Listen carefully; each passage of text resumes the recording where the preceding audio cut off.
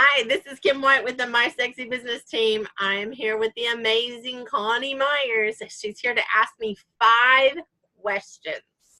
Feel like I'm in the hot seat with this one. Well, you should feel that way.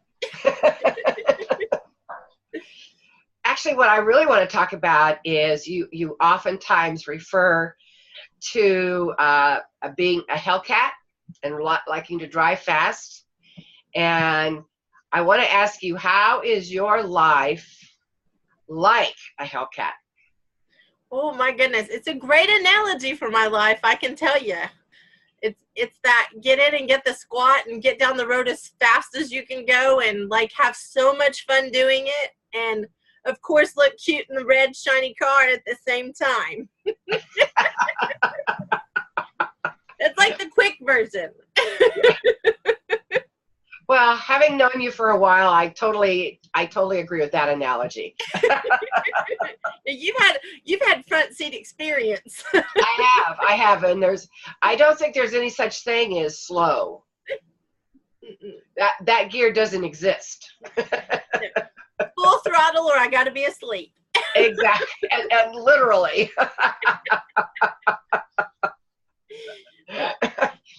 So my next question, one of the things I admire most about you is your ability to listen and truly hear things, which has sometimes been at my expense, I might add.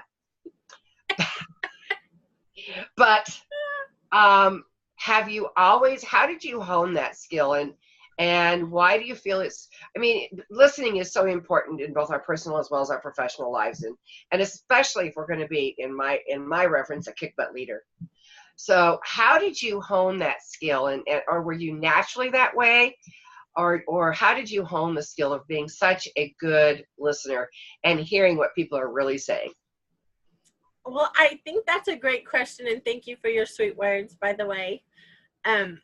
Because yes, you have been at the other end of that literalness of this princess. I've always been literal as long as I can remember. If you say it, you should mean it. If you don't mean it, you shouldn't say it. But I think the listening really came from not being able to pay attention. I had a terrible time not seeing, they always laugh about the squirrel or the shiny. I am definitely the one that's looking around and seeing 42 different things. And, oh, were you talking? I had to really learn that when I was younger because my attention span was just so short. And so practicing for 3 decades helps. And wanting to know, if I'm in a conversation with someone, I want to know what you have to say, because I still have that same value system of, if you're saying it, you must mean it. And I want to pay attention, because how can I serve what you're saying if I'm not paying attention? And so one of the funny things you're referencing is, you told me some things, and even sometimes when you forgot what you had said to me, I didn't forget. And so, Yes. and that's the thing of it is if you're literal and you're visionary and you believe what someone's telling you, that's really what they want to make happen, you do everything in your power to serve that. You do everything in your power to serve that thing that they believe. And so it's kind of funny to me now, because there have been lots of instances where I know you'd like to have pinched my head off, because, but it's like, if you say something to me, I'll repeat it back to you. And usually at the most inopportune times, at the times that you don't want to hear it, I'm like, yeah, but you said this is what you wanted to do. What happened? Like, we can be flexible and change it, but don't just quit because of fear, and don't just quit because of, it gets hard or whatever it is. I just don't understand that. And I know you don't either, but we all have to get called on that. Like, we all have that person in our life that can say, again, say it if you mean it. Don't say it if you don't. Ah, That is and yes, well, I can't say I actually wanted to pinch your head off. I might have wanted to pinch your nose, but I know you threatened to get a stick out and spank me. I'm sure of that. well, it's just one of the things I admire most about you, and so I wanted because we really had never talked about it. So the other thing that you talk about all the time is keeping it simple. And I want you to think about some time in your life when it wasn't simple, and what did you do to make it simple? Well, the perfect example for me is when I suddenly found myself in the oil field. I didn't ask to be in the oil field. Like, that was not the trajectory that I was on. That was not the path I was on. And I found myself faced with people being taken advantage of. And I had to do something about it. Like, I feel like I don't have to do anything about something I don't know, but if I know about it, I then become responsible to do my part. And I couldn't find anybody else to take responsibility. And so there were some things that happened in that period of time that I realized I had to learn. I had to master being a petroleum landman in order to have the answers, because I didn't have the answers that the people needed. I didn't know the whole picture. And I kind of took it the same way I do cleaning the house. And I know you'll probably really laugh at the kindergarten princess version of this, but for as long as I can remember, if I had to clean the house, I would get overwhelmed. Like, go pick up all your toys. Oh my gosh, have you seen how many toys are out? You know, go clean the house. But have you seen how messy the house is? Have you seen it? And so my phrase is pick a corner. I wouldn't clean the whole house. I would go pick a corner, and I would make that the best corner in the entire place. And by the time I got done with that corner, I had cleaned the house, because I just needed something simple to start me in the process. And being a petroleum landman was the same way. I had to learn one little tiny thing that made sense to me, that I could tell someone else. Like, I knew it well enough that I could teach it to someone else. And then I look up and I've done all these things. That's a great example. I like that idea of cleaning the corner. Just one corner. One corner. Pretty soon the whole house is clean. Well, I think a lot of times we get stuck in our own selves because the vision looks really big. And you look at yourself and say, okay, I know my flaws, and I know my shortcomings, and I know that, and now I've put this out here, this big thing. And we'll just use cleaning the house. To clean the entire house all at one time would be like trying to eat the elephant all at once. It'd be like choking down the whole thing in one bite, instead of going, nope, I'm going to have a toenail over there in that corner.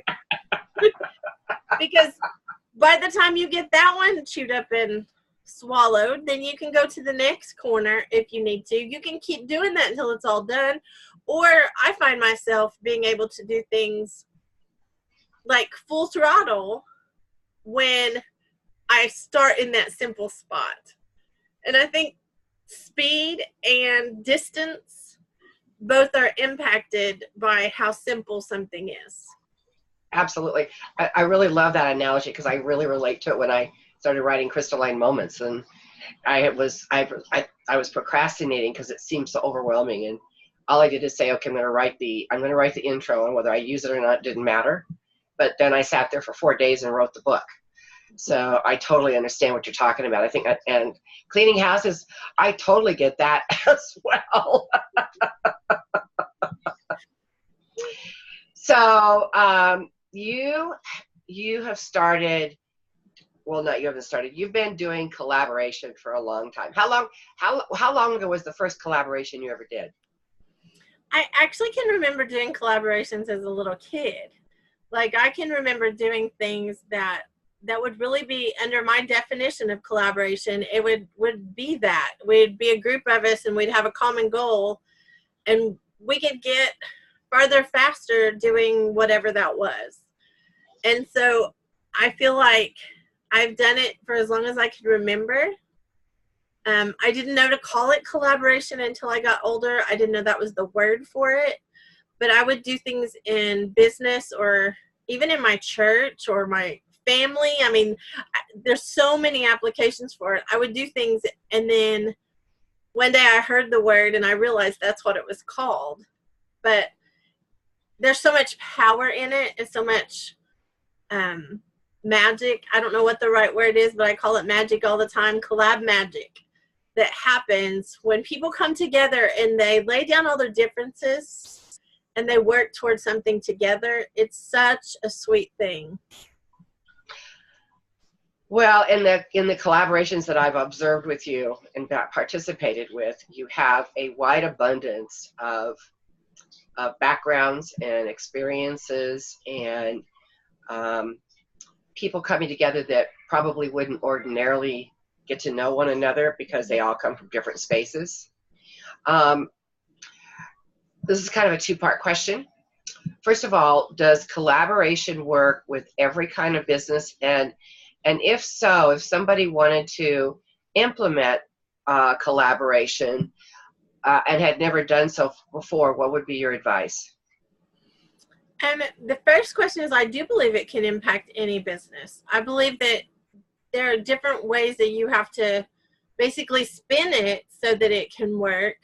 But definitely, I think it's a superpower that the big boys, the big businesses use that gets missed. You know, it kind of gets, they don't share a lot about it because it makes them look weak in their mind. But I think that it is definitely something that I don't know of a business it can't impact. I don't know of something that it can't help. And the other part was that probably the simplest thing to do, or the way to get started in collaboration, is to pick something very, very, very small. You know, people want to jump in and go all the way to the other end of the spectrum quickly, and I'm that way also. But in a collaboration, you learn a lot about people. You learn about how to listen. You learn how to speak up. You learn how to negotiate. You learn how to create a plan. You learn how to build momentum. You know, you learn how to implement. You learn about the dangers of assuming things and unrealistic expectations. I mean, there's just so many things that you can learn.